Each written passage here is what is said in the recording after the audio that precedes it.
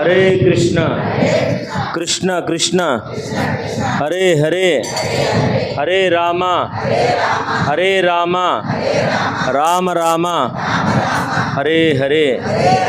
భక్తవత్సల భగవానికి, రాధా గోవింద భగవానికి, భక్తవత్సల భగవానికి రాధా. జై జై శ్రీ రాధే.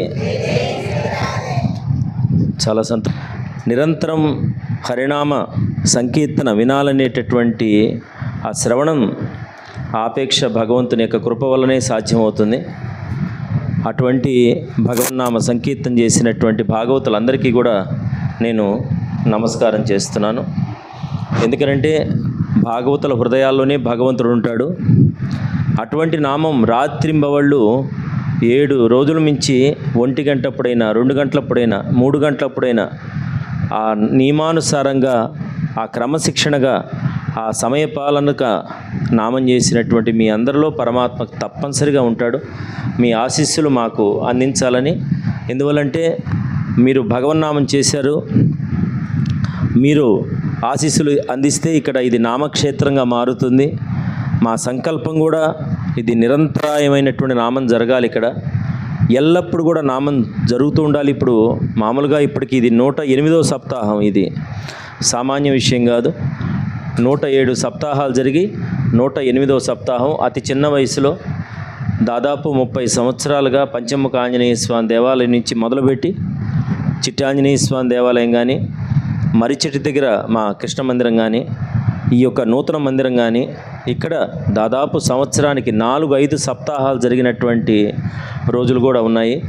అటు భగవన్నామమే వ్రతము, భగవన్నామమే పూజ, భగవన్నామమే దీక్షగా ప్రతి ఒక్క రూపాయి భగవంతుడు నాకు ఇచ్చినటువంటి ప్రతి రూపాయి కూడా నామానికే అంకితం చేస్తూ జీవితం గడపటం, అది కేవలం వైష్ణవుల యొక్క, మా గురువుల యొక్క అనుగ్రహం, భాగవతుల యొక్క ఆశీస్సులు, సాక్షాత్ శ్రీ రాధా గోవింద భగవానుని కృప, మా వంశ పెద్దలైనటువంటి నాన్నగారు, తండ్రి గారు, మా తాతగారు, వాళ్ళందరి యొక్క ఆశీస్సులు, మీ అందరి యొక్క ఆశీస్సులతో ఈ నామస్మరణ యజ్ఞం అనేది జరుగుతుంది. ఈ యజ్ఞం ఇంతటితో సమాప్తం కాకూడదు. నామం అయిపోయి అందరూ కూడా సర్దుకుని వెళుతున్నారు అంటేనే అదొక బాధగా ఉంటుంది. ఎందుకంటే 7 రోజుల మించి ఆ నామం వినిపిస్తుంటే రాత్రింబవళ్ళు కూడా అదొక ఆనందం. నామం ఆపేక్ష గలవాడికి తెలుస్తుంది ఆ విషయం. మిగతా వాళ్ళకి ఏంటండి అక్కడ ఏందో ఒకటే అంటున్నారు, హరే కృష్ణ హరే రామ, హరే కృష్ణ హరే రామ అంటున్నారు. ఎందుకు అంటున్నారు కూడా ఎవరికి అర్థం కావట్లేదు. రాత్రింబవళ్ళు అంటున్నారు, ఎందుకు అంటున్నారు అని. ఎందుకు అంటున్నారు అంటే అది ఆ మధురాన్ని అనుభవించేవాడికే తెలుస్తుంది, ఆపేక్ష గలవాళ్ళకే తెలుస్తుంది. కాబట్టి అటువంటి సప్తాహం నిర్వహించినటువంటి మీ అందరికీ కూడా పేరు పేరున కూడా మీ అందరికీ దండవత్ ప్రణామం చేస్తున్నాం. స్వల్పమప్యస్య ధర్మస్య, భగవంతుడు ఎంత భక్తవత్సలుడు అంటే కొంచెం మనం పరమాత్మ కోసం కొద్దిగా సేవ చేసినా కూడా అనంత కోటి ఫలితాన్ని ఇస్తాట. పత్రం పుష్పం ఫలం తోయం యోమే భక్త్యా ప్రయచ్చతి. కేవలం మీరు వస్తూ దారిలో ఒక పూల చెట్టు ఉంది, ఆ పువ్వు ఒకటి తీసుకొచ్చి కృష్ణుడి దగ్గర పాదాల దగ్గర అలా పెడితే చాలు వెంటనే గమనిస్తుంటాట ఆయన, ఈయన ఊరికినే రాలేదు నా దగ్గరికి, ఒక పుష్పం తీసుకొచ్చాడు, ఒక పండు తీసుకొచ్చాడని. అటువంటి ప్రేమ స్వరూపుడు పరమాత్మ. అటువంటి భగవంతుని యొక్క కృపని మనం మాటలతో వర్ణించలేము, ఆయన అనుగ్రహాన్ని మనం మాటలతోటి వర్ణించలేము.